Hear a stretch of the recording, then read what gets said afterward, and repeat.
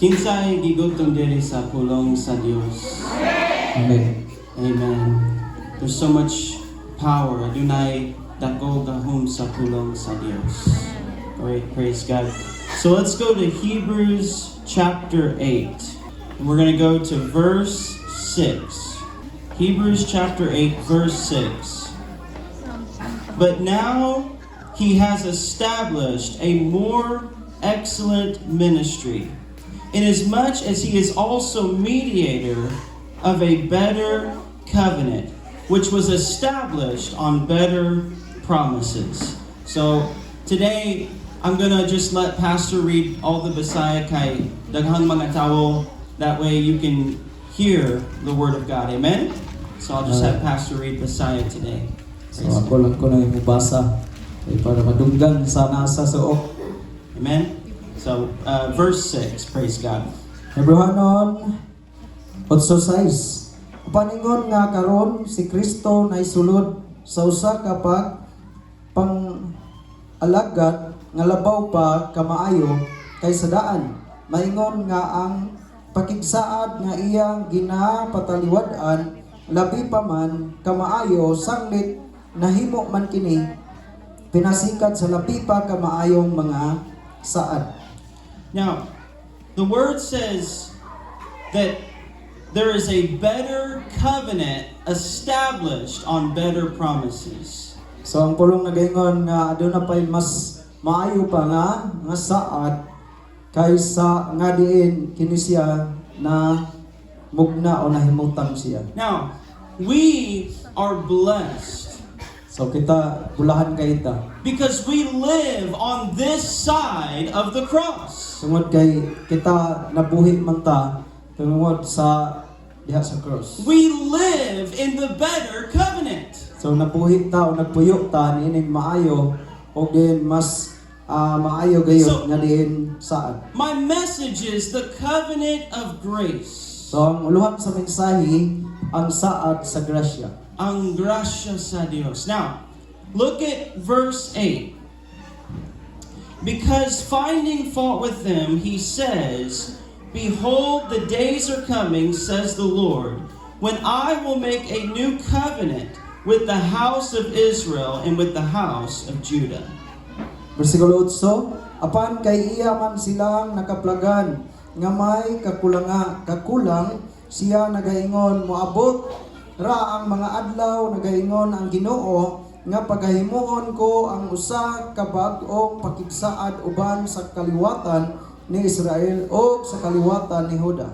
Amen. So, he said, the days are coming when I will make a new covenant. So nagingon siya moabot ang adlaw nga din siya maghimo og bag-o nga pakigsaad. The covenant of grace. Kaning saad sa grasya. Amen. So, magampota. Father, I just want to thank you, God, that today, Lord, you will anoint your word. God, anoint your people. Lord, kinahanglan namo sa imong grasya. Hallelujah, God. We need sa imong pulong. Lord, dihugi sa matag usa. Father, I know that today, God, you will speak to the heart and strengthen your people. And Lord, if there's even one person today in this place who is lost, God, that today they will receive the revelation of the love and grace of God in our Lord Jesus. So we ask all of this in Jesus' name. Amen. Amen. Now, God said, I will make a new covenant. Ang Dios nagaingon nga maghimo siya og bag-o nga pakigsaad. Now, the first covenant was made with Moses at Mount Sinai. Kaya ang una nga kining pakigsaad gihimo kini ni Moses didto sa bungtod sa Sinai. Now, look at verse 10. For this is the covenant that I will make with the house of Israel after those days, says the Lord. I will put my laws in their mind and write them on their hearts. And I will be their God, and they shall be my people. Versikulo 10, kay mao kini ang pakigsaad nga akong pagahimuon uban sa kaliwatan ni Israel. Tapos niadtong mga adlaw nagaingon ang Ginoo, igabutang ko ang akong mga sugo sulod sa ilang mga salabutan ug igasulat ko kini diha sa ilang mga kasing-kasing ug ako mahimong ilang Dios ug sila mahimong akong katawhan. Now, when Moses met God on the mountain, Sa diha nga si Moses iya nga hibalag ang Dios dito sa bukid sa Sinai. God wrote his law on stone with his finger. Ang Dios misulat sa iyaha nga balaod o kasuguan diha sa papan sa bato ginamit iya nga tudlo. But the word said that we had a heart of stone. Apan ang pulong nagaingon nga diin do na kitay kasing-kasing nga batuon. We were dead in our sins. O kita usab patay tungod sa atong kasalanan. And so God said, I will make a new covenant Mao nga ang Dios nagaingon nga maghimo siya bagong pakigsaan in the Lord Jesus Christ. diha sa Ginoo nga si Jesucristo. And I will not write my law on stone, Nga ningingon siya nga dili na niya isulat ang iyang kasuguan o balaod diha sa papan sa bato. but he said, this is the covenant that I will make with them. Og ningon siya kini mao nga akong pakigsaad nga akong gihimo alang kanila. I will write my law upon their heart. Ingon siya nga akong igasulat ang akong nga kasuguan diha silang kasing-kasing. See, the new covenant transforms the heart. Kaya ang bag-o nga di pakigsaad makapabag-o man sa kasing-kasing. That's what it means to be born again. Mao ka nang ipasabot o gitawag kita nga diin mga natawo pag-usab. You were born into darkness. Kay kita nahimugso man diha sa kangit-ngit. You were born into sin, Kita nahimugso diha sa sala. separated from God. Kita nahilayo o nahimulag gikan sa Dios. But in the Lord Jesus Christ, Apan diha sa Ginoo nga si Jesus, God said you are born again. ang Ginoo nagaingon nga diin kita mga nahimugso pag-usab. Now, he said you will be my people. Siya nagaingon nga diin kamo ang akong katawhan. Now, who here is the people of God? So kinsa ba dinhi nga diin katawhan sa Dios? Kita mga anak sa Dios. Amen. Amen? Now look at verse 12. For I will be merciful to their unrighteousness, and their sins and their lawless deeds I will remember no more. Sa 12, kaya ko maluluyon sa ilang kalapasan ug ang ilang kasalanan dili ko na hinumduman. Now, the word says that in the old covenant, Ang pulong nagaingon diha sa daan nga kasabutan. there was a reminder of sins every year. Adunay din pagpahinomdom sa sala matag tuig. There was no peace Walay kalinaw. because every year they had to offer sacrifice unto God. Tungod kay sa matag tuig, sila nagahalad man og halad sakripisyo ngadto sa Dios. That's why Paul called it the ministry of death. Mao kana ang gitawag ni Pablo nga diin bulhaton diha sa kamatayon. But when John the Baptist first saw Jesus, Apan si Juan Bautista nga diin nakakita kang Ginoong Hesus. He said, Unang nakakita ni Ginoong Hesus. behold the Lamb of God Naingon siya og tan-awa ang kordero sa Dios. who takes away the sin of the world. Nga siya nagakuha sa sala sa kalibutan. See, this is the power of the cross. Mao kana ang gahom diha sa cross. See, he said, I will remember your sins no more. Og nagingon siya diri og dili na nako hinumduman pa ang inyong kasalanan. See, we have peace in the Lord Jesus Christ So aduna kitay kalinaw na o pakigdait diha sa tong Ginoong Hesukristo. because we are washed by the blood of the Lamb. Tungod kay kita na hinugasan naman sa dugo sa kordero. Now, look at John chapter 1. The Gospel of John chapter 1. Juan kapitulo 1. Now, in the whole Old Testament, they were looking forward to the Messiah. So In the Old Covenant, they were looking forward to the Messiah. diha sa daan nga diin kasabutan nagatan-aw sila o nagapaabot gayod sa Mesiyas. Now look at verses 16 and 17. And of his fullness we have all received, and grace for grace. For the law was given through Moses, but grace and truth came through Jesus Christ. Exercise. O gikan sa maong pagkapuno niya, kaming tanan na nagpakadawat sa grasya, tungod sa grasya. Sibitin? Kaya ang kasuguan gihatag pinaagi kang Moses, apan ang grasya ug ang kamatuoran miabot pinaagi kang Hesukristo. Now, we see two covenants. So atong makita ang duha ka kining pakigsaan. Ang balaod o ang grasya sa Dios. Amen.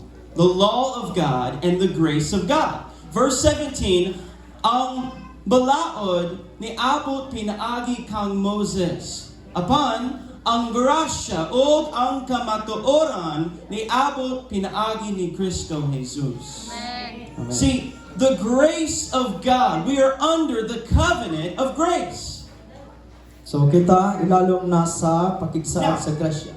The first covenant, Ang una nga diin pakigsaan. Moses went up to the mountain, Si Moses mitungas ngadto sa bukid sa Sinai. and the people could not go with him Og ang katawhan dili makauban kaniya. because they would die in the presence of God. Tungod kay diin sila mga matay man diha sa presensya sa Dios. There was a boundary around the mountain, Adunay kining utlanan diha sa mga bukid. and Moses met with God face to face. Og si Moses nakigibalag, nakigatubang sa Dios naong sa naong. But in the new covenant, Apan diri sa bag-o nga pakigsaan, God came down from his holy mountain, ang Dios nanaog gikan siyang balaan nga bukid. and he came in the flesh. Og siya nianhi uban o diha sa unod. Now look at verse 1.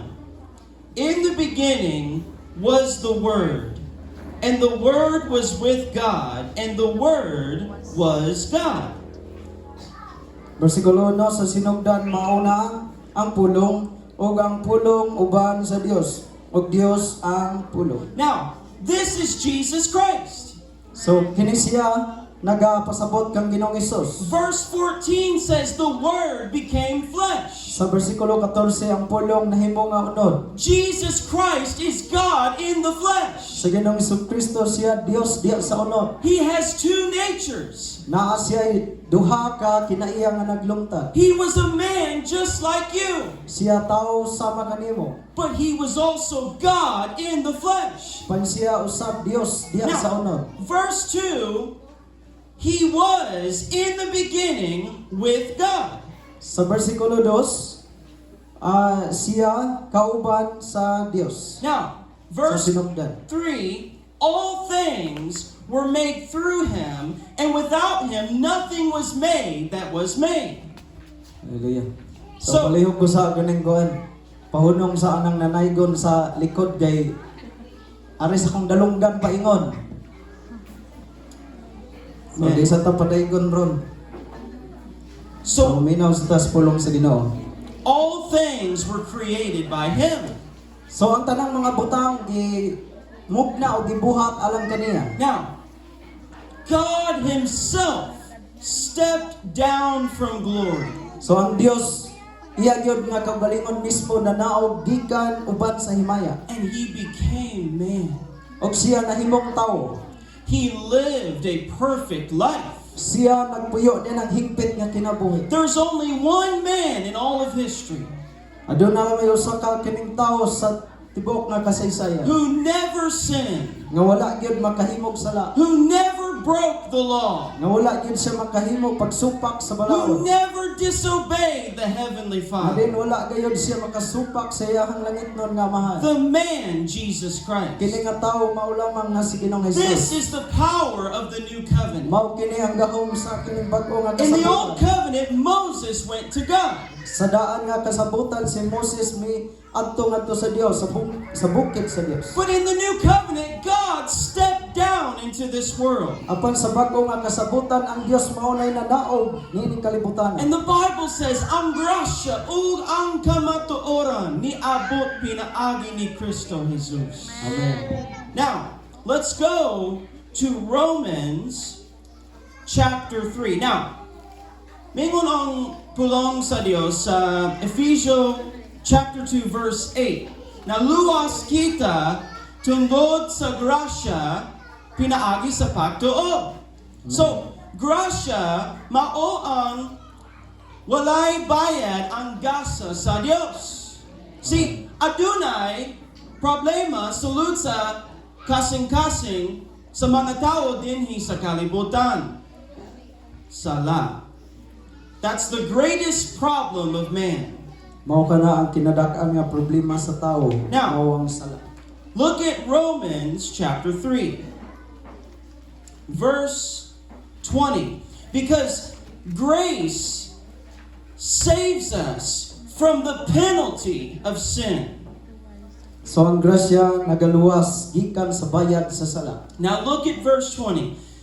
Therefore, by the deeds of the law, no flesh will be justified in his sight. For by the law is the knowledge of sin. Praise. Verse 20, chapter 3, verse 20.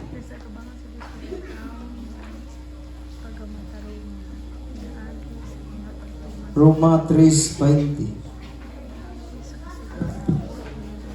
So yun siya dili mga igsoon kay sa tubangan sa Dios walay tawo nga pagamatarungon pinaagi sa mga pagtuman sa kasuguan kay pinaagi sa kasuguan nagaabot hinuon ang kahibalo may tungod sa sala. Look what he said. No man can be justified by the works of the law.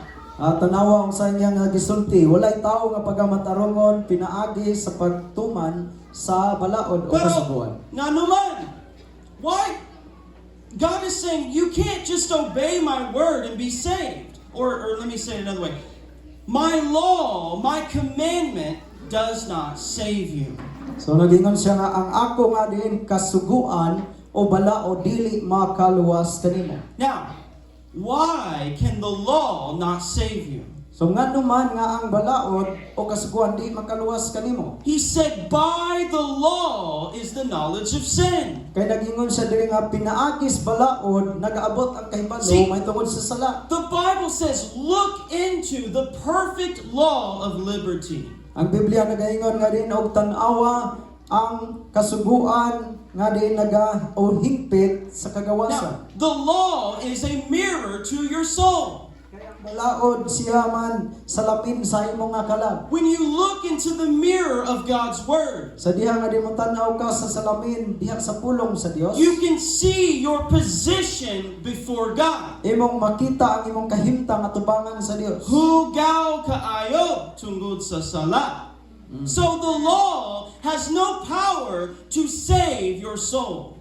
Ang balaod o kasuguan wala gini siya kagahom o gahom nga diin luwason ang imong kalag. Even if you obey God perfectly starting today. Bisan pa og kining motahod ka sa Dios nga hingpit gayod sugod karon. Because you've already broken the law. Tungod kay imo namang nasumpak daan ang kasuguan o balaod. Kitang tanan nakasala baktok sa Dios. Amen. We have all sinned against God. Amen. The Bible says we drink sin like water. Ang Biblia nagasulti nga din ato lang nga gitinubig ang sala sama sa tubig atong nga giinom kini. When you see your filth before God, So kanus ang kaon sa diha nga din makakita kasi mong kahugawan sa tubangan sa Dios. the law is bringing the knowledge of sin. Kaya ang balaod kini naghatod ayo kahibalo may tungod sa sala. Anger, Suko, idolatry, o din pagpanapaw, paghihilawas, mga hugaw, sa bisan unsa. You can see your filthiness before God. so imong makita ang mga kahugawan diha sa tubangan sa Dios. But the mirror cannot wash you. Apan ang salamin dili makahugas kanimo. Look what it says, verse 21. But now, the righteousness of God, ang pagkamatarong sa Diyos, the righteousness of God. Kay ang Dios matarong. Amen? The righteousness of God, gawas sa kasuguan, apart from the law. Amen? Is revealed, or revealed, being witnessed by the law and the prophets. Verse 22, even the righteousness of God through faith in Jesus Christ, to all and on all who have believed. Sa 21 o 22, apan karon ang pagkamatarong gikan sa Dios, gikapadaya gawas sa kasuguan, o gika pamatud-an man gani ini sa kasuguan o sa mga propeta. 22, ang pagkamatarong gikan sa Dios, pinaagi sa pagtuo kang Hesukristo, alang sa tanan nga magatuo, kay walay kalainan sa Hudiyo o sa mga Hentil. Now verse 24, being justified freely by His grace, pinaagi sa iyang grasya, through the redemption that is in Christ Jesus.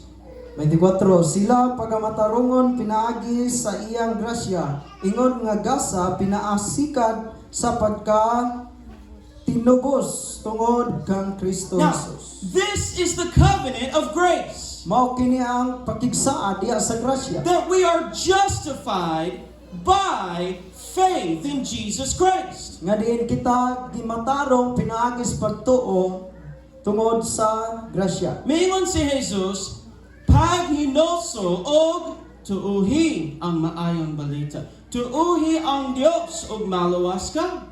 See, naluwas kita tungod sa grasya. Amen. Walay bayad ang gasa sa Dios.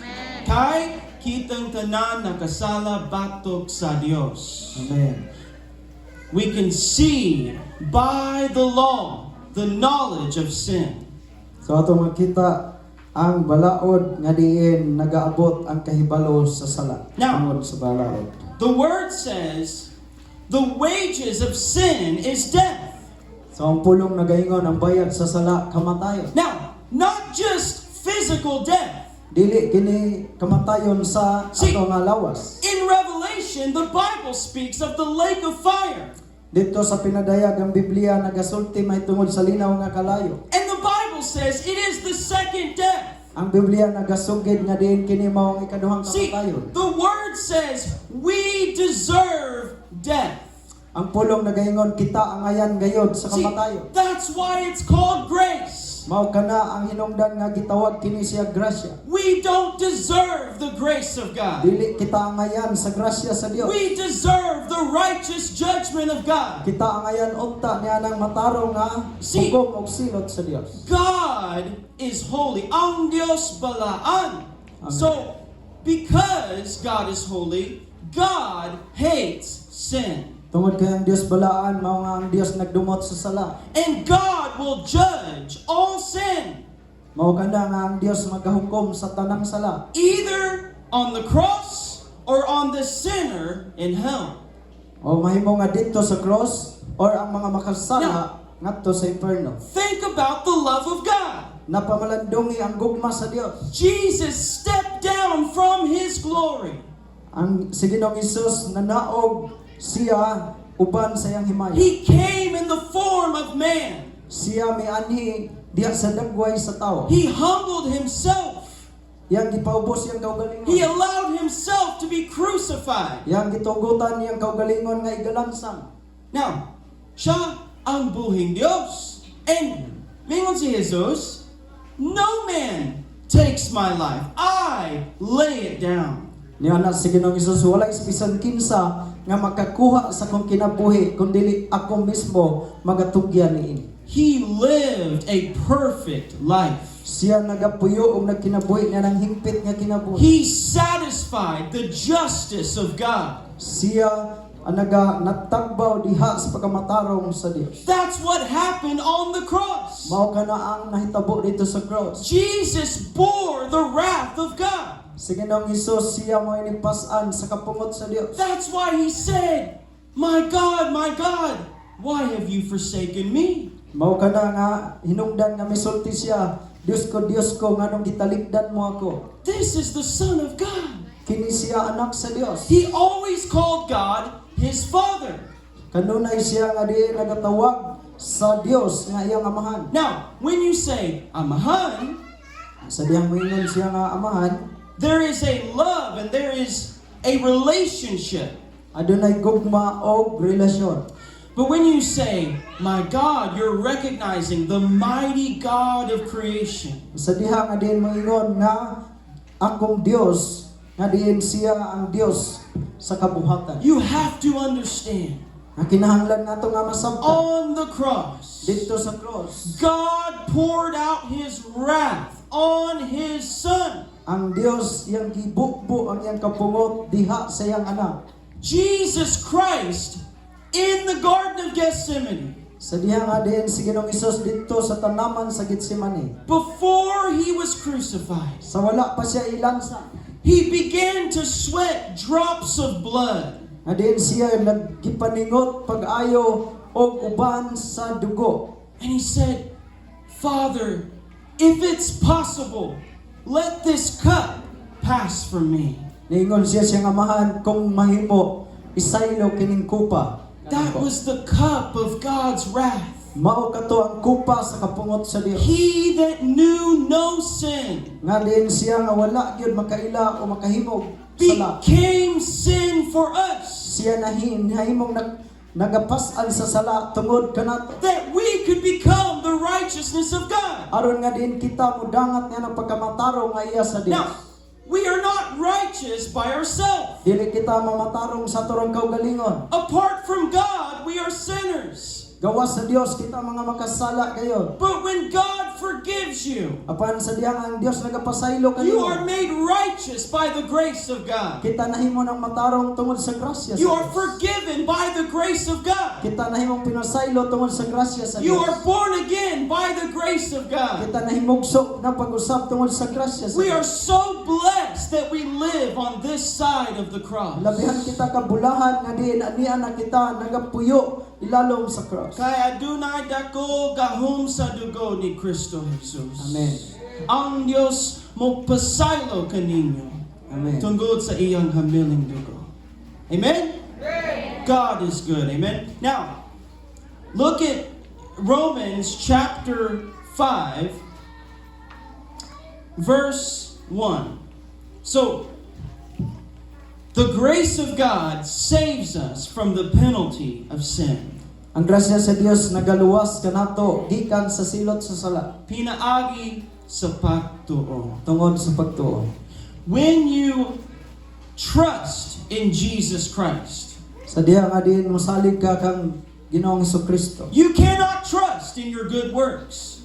Dili ka makasalig o ayaw pagsalig sa imong nga maayong buhat. Mingon ang Apostle Pablo, dili ang akong kaugalingon pa kamatarong. Not my own righteousness, pero gikan sa Dios. Amen. Your righteousness is like filthy rags before a holy God.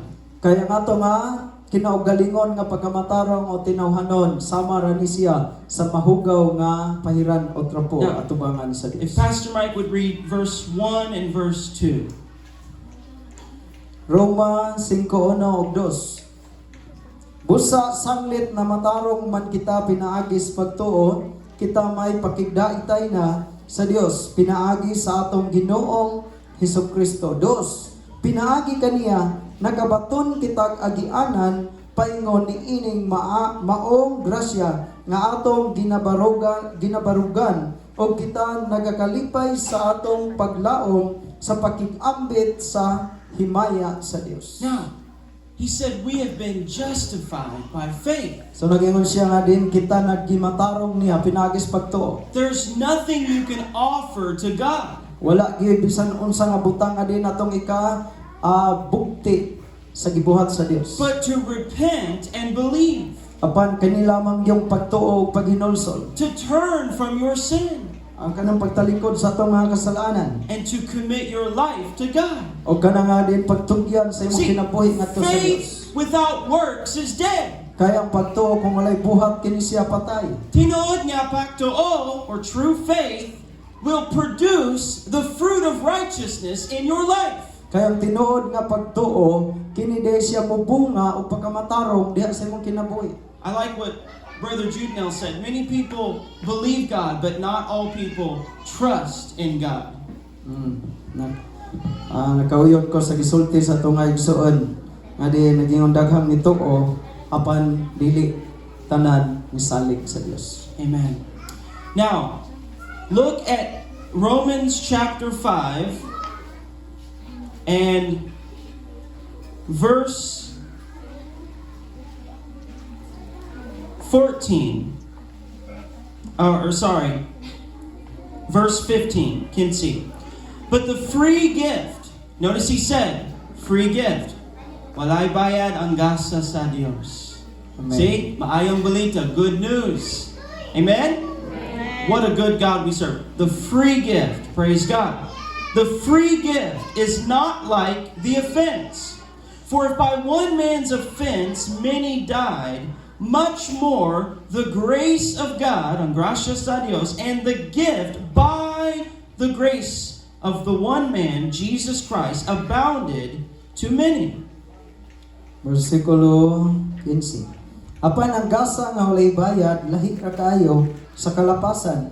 Kay kun daghan ang nangamatay tungod sa paglapas nga nahimo sa usa ka tawo ngadto sa daghan gikapadagaya sa labi pa gayon ang grasya sa Dios ug ang gasa nga walay bayad diha sa grasya ni atong usa ka tawo nga si Hesus Now, Kristo. he said, by one man's offense, many died. Nagingon siya diri sa usa ka tawo nga di nakalapas daghan ang nangamatay. Who is that one man? Kinsa maning mao nga tawo? Si Adam. Si Adan. So, sin entered the world and death spread to all men. Ang sala misulod sa kalibutan ug ang kamatayon midangat ngadto sa tanang mga tao. But he said, much more the grace of God and the gift by the grace of the one man, Jesus Christ, abounded to many. So nagingon diri nga mas labi pa gayud ang grasya sa Dios ug ang gasa nga walay bayad diha sa grasya ni atong usa ka tawo nga si Hesus Kristo. So, one man, Adam, brought sin and death spread to all men. So usa ka tawo nga si Adan nga di nagadala og sala og mihatod kini ngadto sa tibuok kalibutan. But one man, Jesus Christ, Apan usa ka tawo nga si Hesus Kristo came and brought eternal life to those who would receive him. Diin siya mianhi og nagdala og kinabuhing walay katapusan. So you're in this room today, Nga diin naa kanini nga sulod sa lawak karon. and you're either living under one of two men.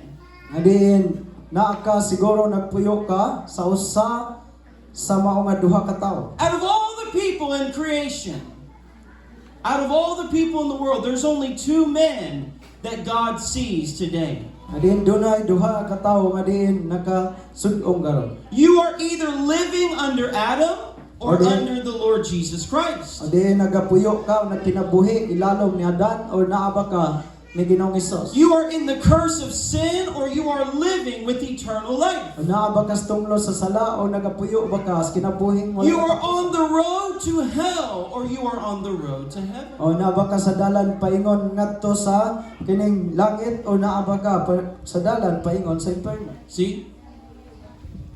Sala, mao ang dalang ngadto sa impierno. Sin is the road to hell. But Jesus Christ came to save us from our sins. So sa Ginoong Hesus mianhi aron maluwas ta gikan sa sala. Now, look at verse 20. Moreover, the law entered that the offense might abound. But where sin abounded, grace abounded much more. Praise God. Romans 5 verse 20. Ang kasuguan misaliot-ot pagsulod aron sa pagpadagsan sa kalapasan.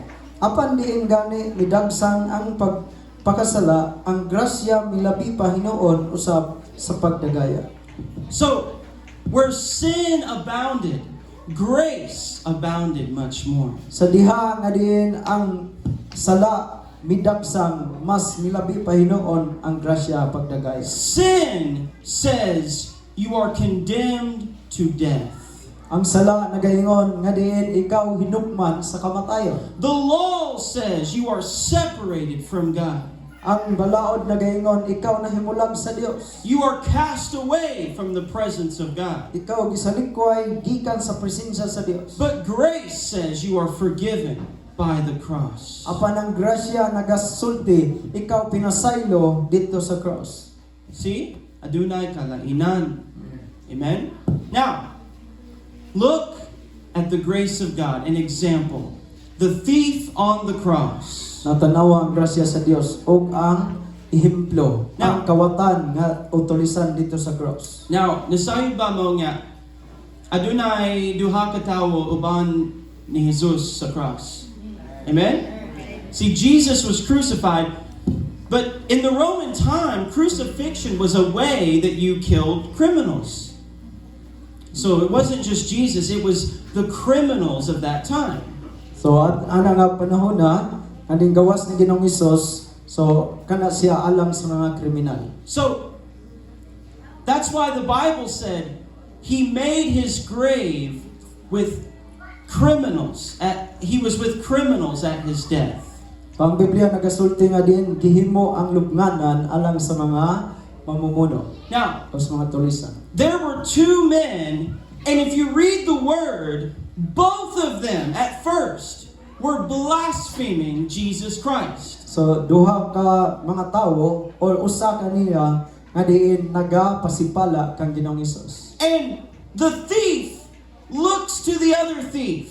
Og din ang usa sa kawatan may tan-aw pod ngadto sa usa ka kawatan o And he tulisan. said, "Do you not fear God? Naingon siya nga din wala man ka mahadlok sa Dios. We deserve this judgment." Ingon siya nga din kita kini ato nga kahimtang ang ayan ta ining mao nga silo. But Jesus has done nothing wrong. Apan si Ginong kining mao nga Hesus wala gyud makahimo og sayo. And in his last breath, Og diha sa katapusan siya ang gininhawa. he looks to Christ Siya mitan-aw kang Hesus. and he says, "Lord, remember me when you come into your kingdom." Siya misulti nga nag-ingon hinumdumi ako kung tuwa na ka sa imong gingharian. He had no time to serve God. Wala na say panahon aron mo alagad sa Dios. He had no time to do good things. Wala na say panahon nga diin maghimo og mga mayong butang. He was just blaspheming previously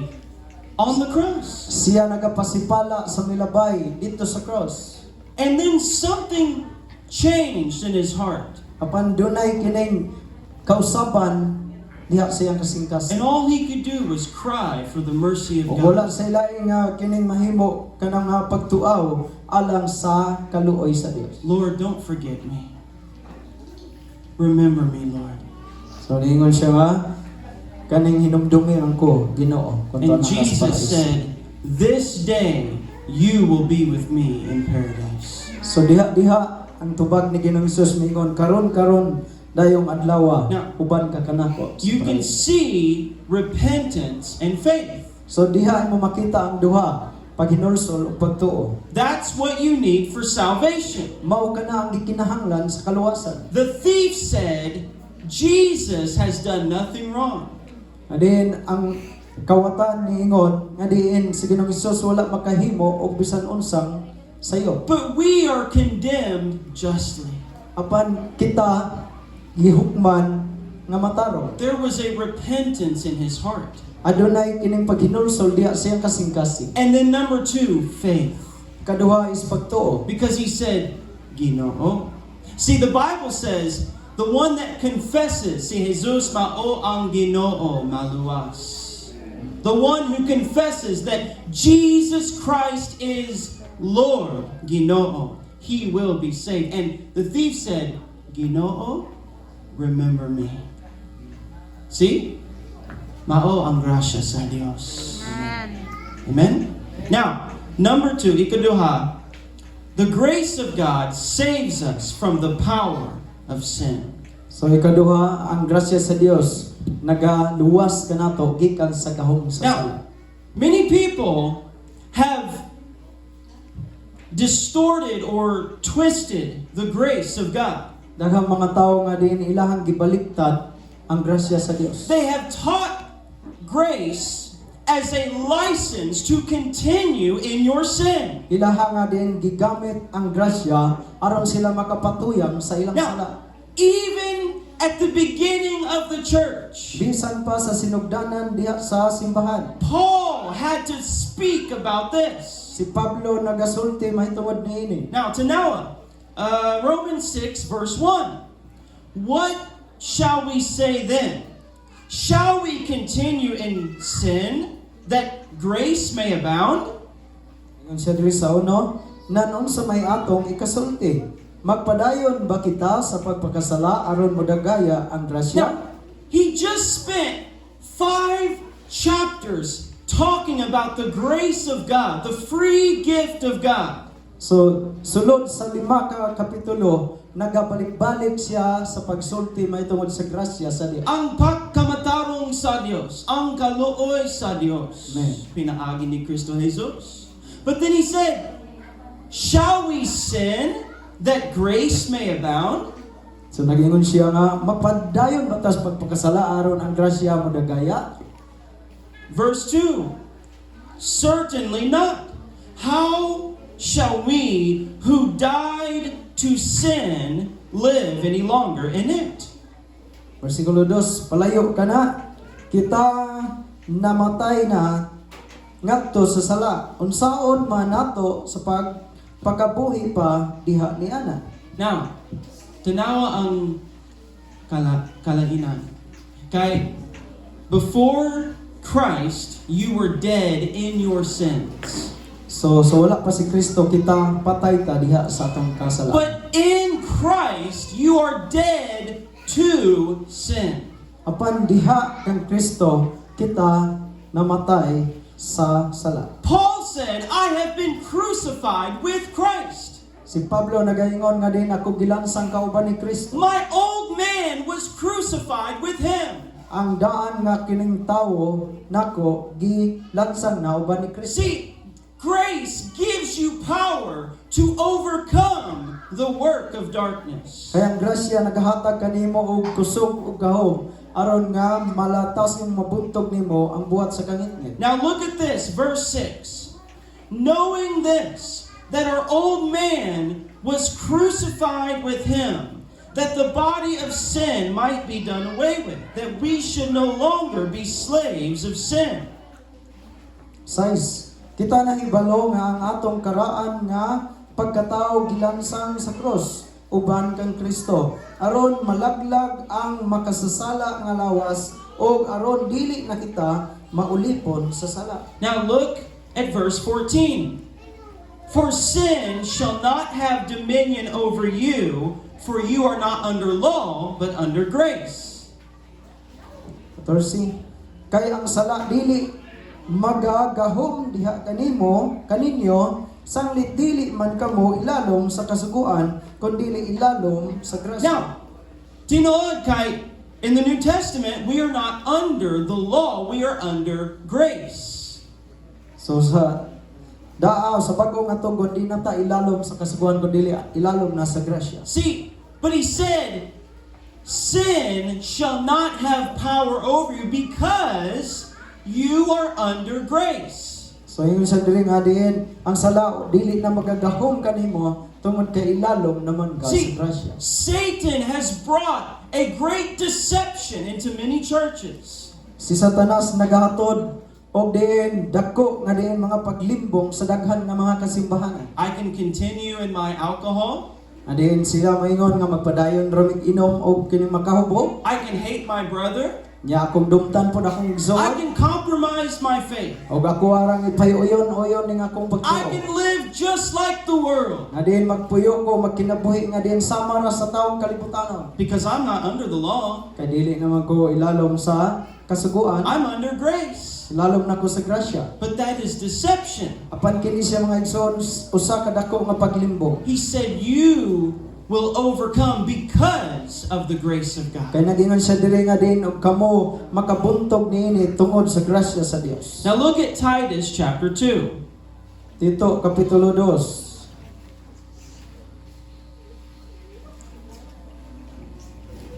Now, again, mao kani maayong balita kay ang Dios mohatag gahom kagawasan. Amen? Kadaugan. See, grasya, it's from God. Dili sa among kaugalingon kusog, gikan sa Dios. See, diha sa anod, we cannot overcome the power of darkness. So dili gayud kita makabuntog diya sa gahom sa kangitngit ilalom sa kasuguan. Now, Titus chapter 2, verses 11 and 12, I'll let Pastor read. Tito kapitulo 2 11 ngadto sa 12. Kay alam sa kaluwasan sa tanang mga tao ang grasya sa Dios gika padayag 12 nga nagatudlo kanato sa pagbiya sa pagkadili Diosnon og sa mga pangibog nga kalibutanon og sa pagkinabuhi nga mapugnanon sa kaugalingon matarong og Diosnon dinhi niining kalibutana karon. Amen. So, the same grace that brings salvation. Sa samang grasya maura nga grasya nga diin nagadala og kaluwasan. Verse 12, nagatudlo kanato. The grace of God teaches us to deny ungodliness. So ang grasya sa Dios nagatudlo kanato nga diin isalikway nato ang pagkadili Diosnon To deny unrighteousness. og ang pagkadili matarong. Because you've been born again. Tungod kay nahimugso naman ka, The pag-usap Spirit of God lives inside of you. kay ang Espiritu sa Dios naa naman sa sulod nimo nagpuyo. And the Word says He will guide you into all truth. Og ang iyang pulong nagasulti nga diin ang Espiritu mao ni magatultol kanimo sa tibuok kamatuoran. Where the Spirit of the Lord is, there is freedom. Kay kung asa gani ang Espiritu sa Dios ana ay kagawasan. Jesus said, if the Son makes you free, you will be free indeed. Sa Ginoong Hesus mismo nagasulti ko na ang anak nagahatag kanimo kagawasan nan gawasnon gid ka. I want you to know today, Gusto ko nga din mahibalo ka mo karon. if there is a chain of bondage in your life, Nga kung doon na may kining gapos nga di naa sa imong kinabuhi. Koron adlaw, aniya ang Dios para kaninyo. Adunay kagawasan diha ni Kristo Jesus. Amen. There is power and freedom in Jesus Christ. Amen. See, God calls us to be a holy people in this world. Ang Dios nagatawag sa mga katawhan niya nga diin mahimbalaan ining mao mga Now- ining kalibutan na karon. Look at 1 Corinthians 15, Unang Korinto 15. verses 9 and 10.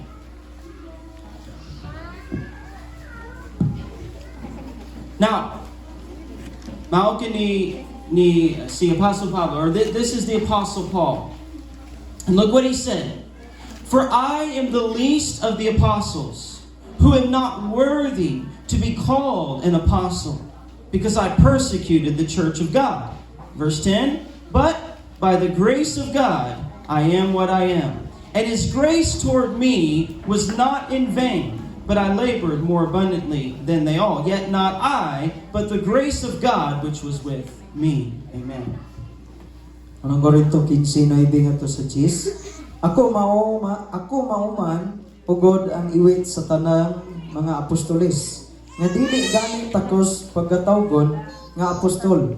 Tungod kay gilutos ko kuman ang iglesia sa Dios. Jis, apan pinaagi sa grasya sa Dios, ako nahimong mao ako karon.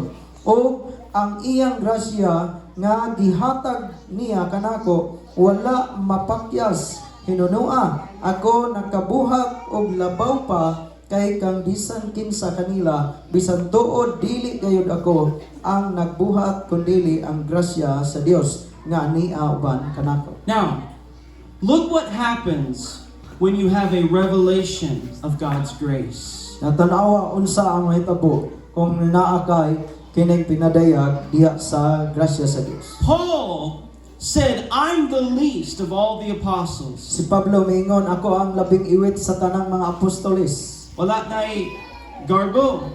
Oh, lagi garbo siya. Now, he said, I'm not worthy to even be called an apostle because I persecuted the church of God.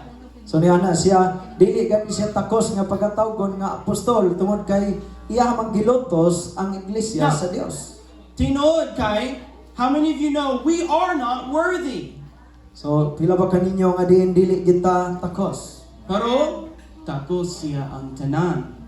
See, when you have a revelation of grace, it gives you boldness in this world. Kung makabaton kita og pinadayag diha sa grasya, makaangkon kita og kining kaisog ining kalibutan. Because even though you have a past, Bisan tuod aduna tay mga dili maayo nga nang labay sa atong kinabuhi. Paul was a murderer. Si Pablo usa ka mamamatay tao. But he said the grace of God is working in me. Apan siya maingon nga din apan ang grasya sa Dios nga niya kanako. He said, I'm not worthy. May isa dili ko takos. But there's good news. Apan adunay maayong balita. It's not about you being worthy. Dili kini mahitungod alang kanimo nga See, dili ikaw mahimong angayan. The revelation of God's grace. Ang pinadayag diha sa grasya sa Dios. You are not worthy. Dili gayud kita takos But sa angayan. God is worthy. Apan ang Dios angayan. That's why God will use your life. Mao ka na ang hinungdan nga ang Dios gamiton ang imong kinabuhi. That's why God used the Apostle Mao Paul. ka na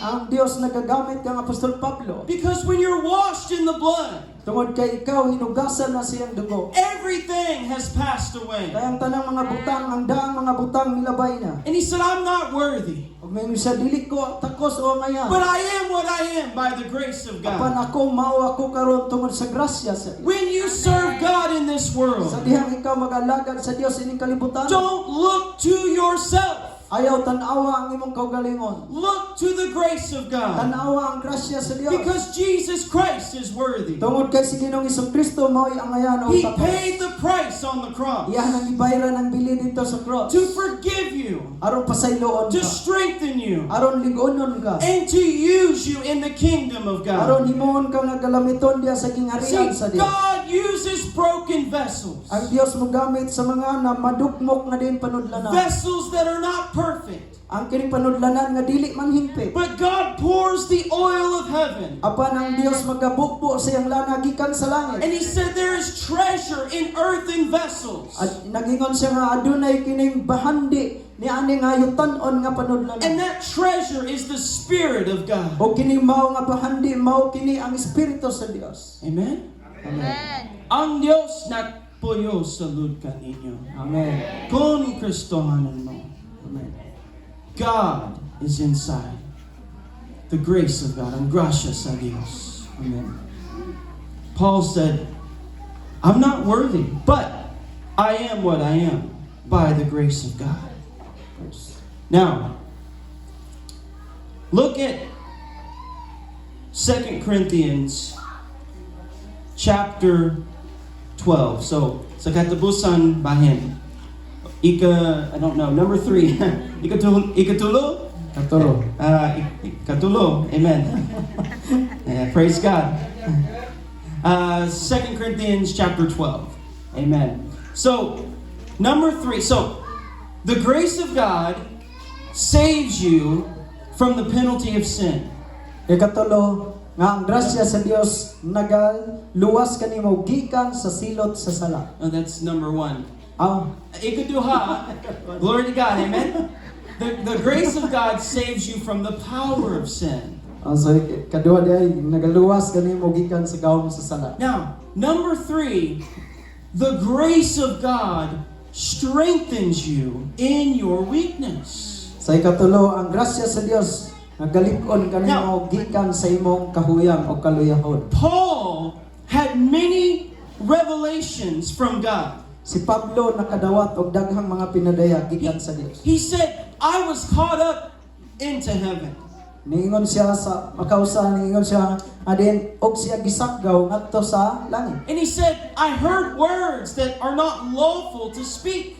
Og ningon siya, og akong nadungog ang mga pulong nga diin dili siya makahubad. He was receiving many things from God. Siya nakadawat og daghan kay mga butang gikan sa Dios. But I want you to hear this today. Apan gusto ko nga di makadungog ka mo niini karon. When God is working in your life, Sa dihang ang Dios magapamuhat sa inyong kinabuhi. when God is working in your family, Sa dihang ang Dios magapamuhat sa imong nga pamilya. when God is working in a church, Sa dihang ang Dios magapanglihok diha sa simbahan. the attack will come. Ang atake usab moabot. Si Satanas mo atake sa inyong kinabuhi. So, the word says that there was a thorn in the flesh. So nagingon siya nga adunay tunok diha sa iya nga unod. The messenger of Satan. Nga diin mao kini ang gigamit ni Satanas. Then verse 7. So then verse 8, Paul says, versicle 8, concerning these things, Sa bersikulo 8 ningon siya kabahin niining mao nga butang.